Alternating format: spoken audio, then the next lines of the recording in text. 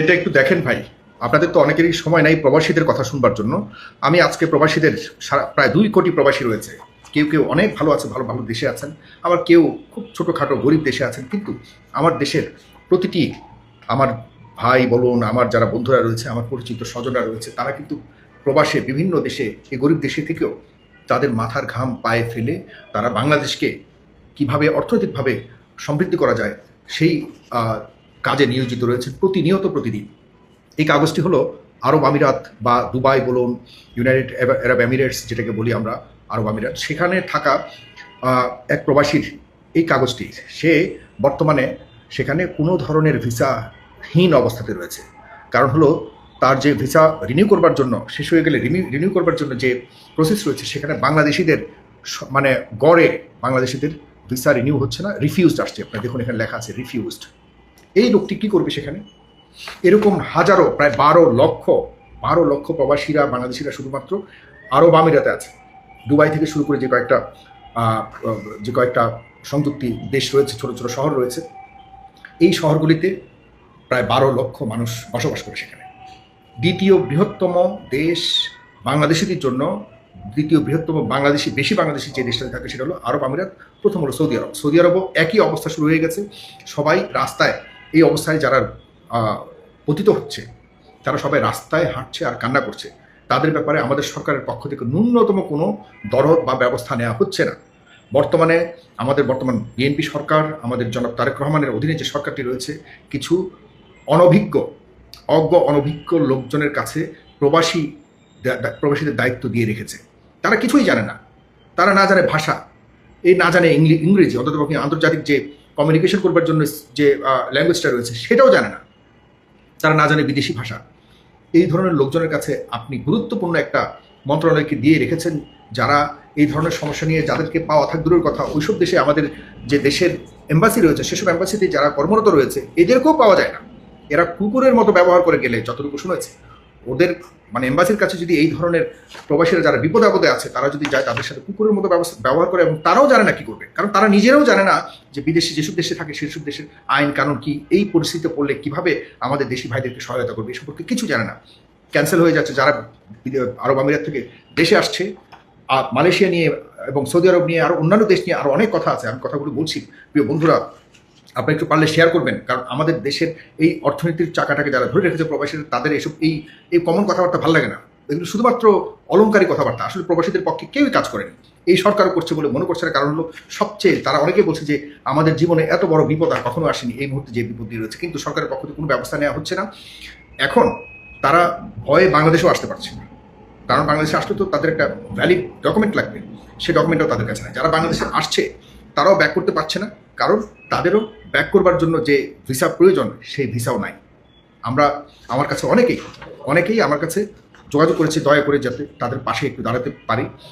কারণ আজকে 24 আগস্ট 2026, তারা চায় একটু সরকার সহায়তা করুক, যেন তারা অন্তত পক্ষে তাদের আবারও কাজ তারা ফিরে পায়।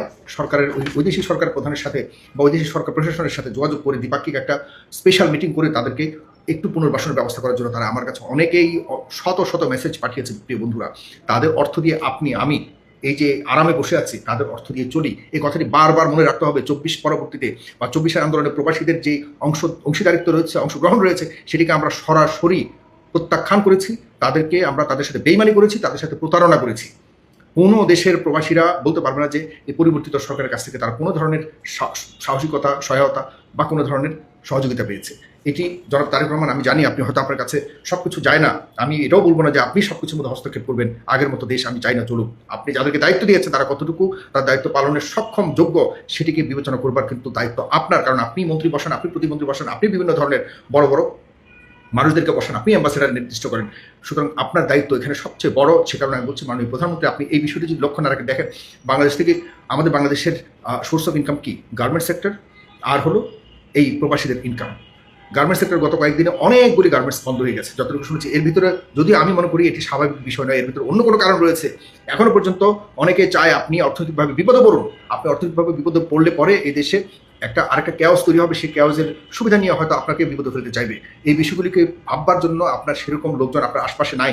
আপনার আশপাশে সব আছে চাটুকার, যারা কোনোভাবে আপনার আশপাশে থেকে তাদের নিজেদের স্বার্থ বোঝাবার চেষ্টায় ব্যর্থ রয়েছে মাননীয় প্রধানমন্ত্রী। এতে কোনো ধরনের সন্দেহ নাই, আমি আপনাকে বুঝিয়ে দিতে পারবো। কিন্তু আমাদের কথা কে শুনে? আমাদের নিজেদেরকে বিপদে ফেলবার জন্য আপনার আশপাশে বা এই বাংলাদেশে এখন অনেকেই আমাদেরকে, যারা আপনাকে এখন বর্তমানে চেয়ারে বসানোর জন্য আমাদের মতো যারা ভূমিকা রেখেছে, তাদের খবর আপনাদের কেউ রাখে বলে মনে হয় না। আমরা রাখতেও চাই না, আমরা চাইও না রাখুক, কারণ সামনের অনেক সময় আছে, পড়ে আছে, যে সময়গুলো অনেক চ্যালেঞ্জিং হবে। তখন আমরা দেখব আপনার আশপাশের লোকজন কতটা আপনাকে সহায়তা করে। প্রিয় প্রধানমন্ত্রী, আমি আপনার কাছে অনুরোধ করছি, আবুধাবি, তারপর শারজা, দুবাই থেকে শুরু এই দেশগুলিতে যারা রয়েছে, এই শহরগুলিতে যারা রয়েছে, যারা ইউনাইটেড আরব এমিরেটসে রয়েছে, তাদের পাশে দাঁড়ান যত দ্রুত সম্ভব। একই অবস্থা কিন্তু অ্যাডাপ্ট করবে অন্যান্য ছোটো ছোটো দেশগুলি, কাতার, কুয়েত এবং বিশেষ করে সৌদি আরবে। যদি এই ধরনের অবস্থা তৈরি হয়, আপনি চিন্তা করতে পারতেছেন কোথায় যাবে আমাদের রেমিটেন্সের অবস্থা, ভয়ঙ্কর অবস্থায় চলে যাবে। মালয়েশিয়াতে সামনে লোক নেবে, সরকারিভাবে লোক নেবে। পৃথিবীর বিভিন্ন দেশ বলতে আমি শুধুমাত্র মালয়েশিয়াতে যায় সবচেয়ে বেশি যায় নেপালিরা, ইন্ডিয়ানরা, বাংলাদেশিরা এভাবে যায়। নেপালিদের সামান্য কিছু টাকা দিয়ে নেপালিরা সে দেশে যেতে পারে, অথচ আমাদের দেশে যতটুকু শুনেছি 6, 7 লাখ, 8 লাখ পর্যন্ত টাকা দিয়ে যেতে হয়। এর পেছনে একটা বড় সিন্ডিকেট কাজ করছে। এই সিন্ডিকেটদের মুখোশ উন্মোচন করবো মাননীয় প্রধানমন্ত্রী। আপনি যদি ব্যবস্থা না নেন, তাহলে এই ধাক্কা যেটা আসবে এটি সামলাতে পারবেন না। আমি আপনাকে বলে রাখছি, এখনই হুঁশিয়ার করে দিচ্ছি, সাবধান করছি, আপনাকে সচেতন করছি। আপনি দয়া করে এই লোকগুলিকে বলুন যে মালয়েশিয়াগামী যারা আমাদের দেশ থেকে যারা যাবে, তাদের সাথে যেন কোনোভাবে আর্থিক অনিয়ম করে তাদেরকে যেন বিপদে ফেলে না দেয়। কারণ হলো এই যে এরাও যারা গেছে দুবাইতে, তারাও 7-8 লাখ টাকা, 10 লাখ টাকা পর্যন্ত খরচ করে যায়, এরপর টাকা উঠাতে পারে না। মানবিত জীবনযাপন করতে হয় মাননীয় প্রধানমন্ত্রী। প্লিজ এদের কথা ভাবুন। প্রবাসীরা না থাকলে, দেশের যে গার্মেন্টস শিল্প যদি না থাকে, তাহলে কিন্তু আপনি বিপদে পড়বেন, অর্থনীতির মহাবিপদে পড়বে।